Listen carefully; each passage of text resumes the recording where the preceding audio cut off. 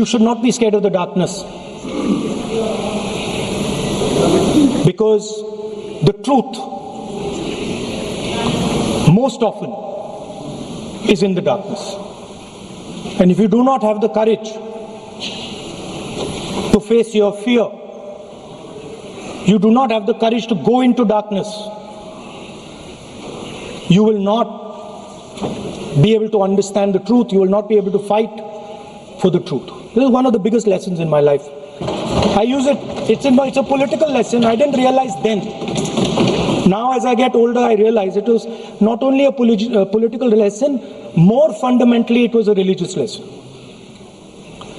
I didn't understand then, and what she was saying to me was that Satyam Shivam Sundaram. That's what she will say.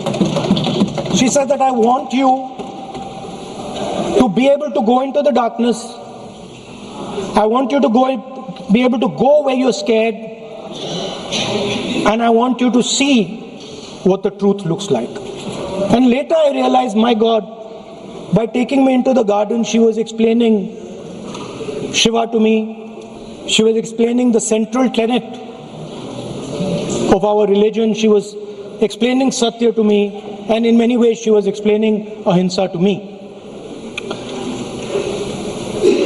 And she said to me, I remember that, listen,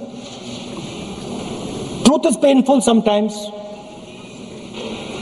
Don't worry about it. Deal with it. And there are some truths that need to be told here today in this house. The first truth is that this is not a women's bill. This is nothing to do with the empowerment of women. There is a women's bill.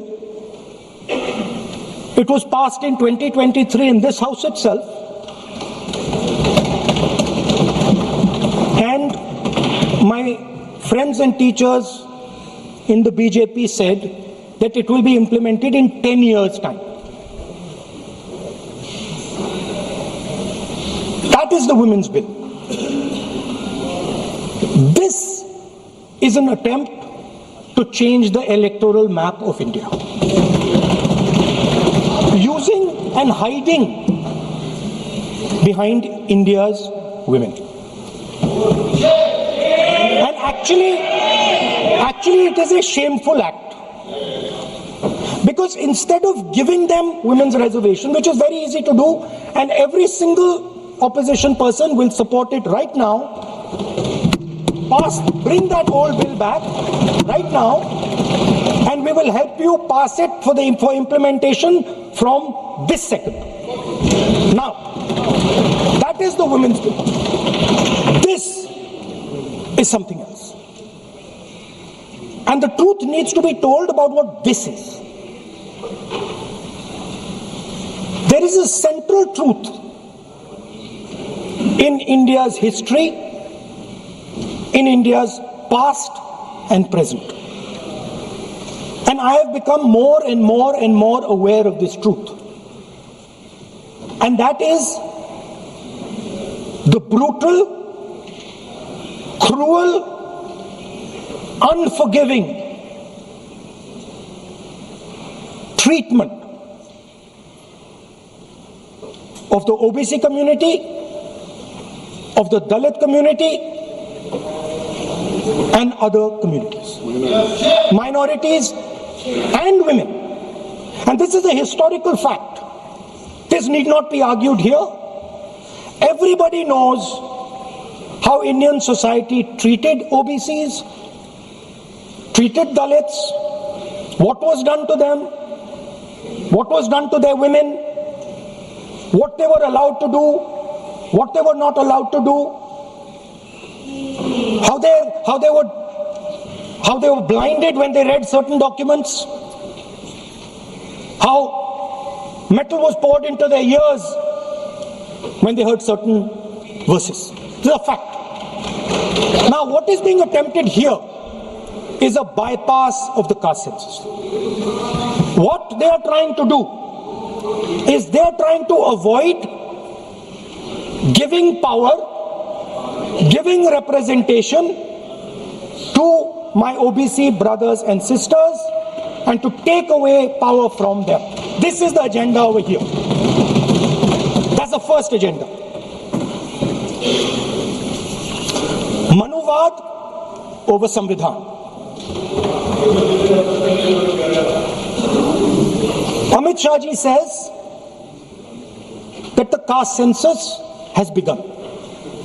And he repeated twice yesterday, trying to be clever, saying that houses don't have castes.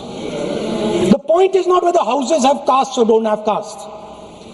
The point is whether the caste census is going to be used for representation in Parliament, Vidhan Sabha, Lok Sabha. And what you're trying to do now is trying to make sure that caste census has nothing to do with representation for the next 10 years, 15 years, so that you can kick the ball down the street. That's the first thing that is being done. Second thing that is being done, equally bad thing, but a very dangerous thing. What you're doing, because you're scared of what is happening in the politics of this country, you're scared of the erosion of your strength, you are trying to rejig the Indian political map. You have done it in Assam, you've done it in Jammu and Kashmir, and now you're imagining that you can do it in India. And you need a constitutional amendment to do that. Now let me explain what you are doing. You are telling the South Indian states, you are telling the northeastern states, you are telling small states in India that in order for the BJP to remain in power, we are going to take away representation from you. This is nothing short of an anti-national act. This is what you are doing. And under no circumstances are we going to allow you to do it. Yes. So I am telling you very clearly right now that the entire opposition is going to defeat this attempt of yours to attack the nation state and deprive OBCs and Dalits of their rightful place in society. I want to ask, corporate India, entire financial structure of India, where are the Dalits? Where are the OBCs? Where are the Adivasis?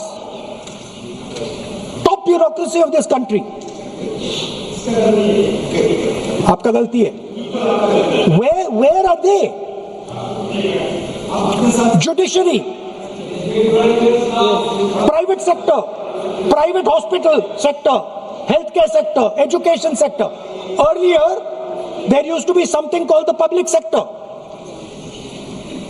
Public sector provided space for Dalits, OBCs. You've removed it, demolished it, handed it over to your friends. So you call OBCs Hindus, you call Dalits Hindus, but you do not give them any space in the power structure of this country. And you can ask this to any Dalit, you can ask it to any OBC. This is a fact. You call them Hindus, but you do not give them any place in this country. Yes, be cool. And you are...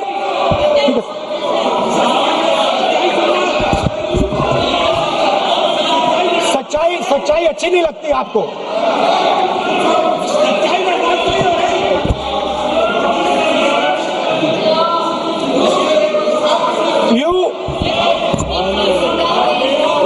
After you can reply. You can reply. I'm not yielding.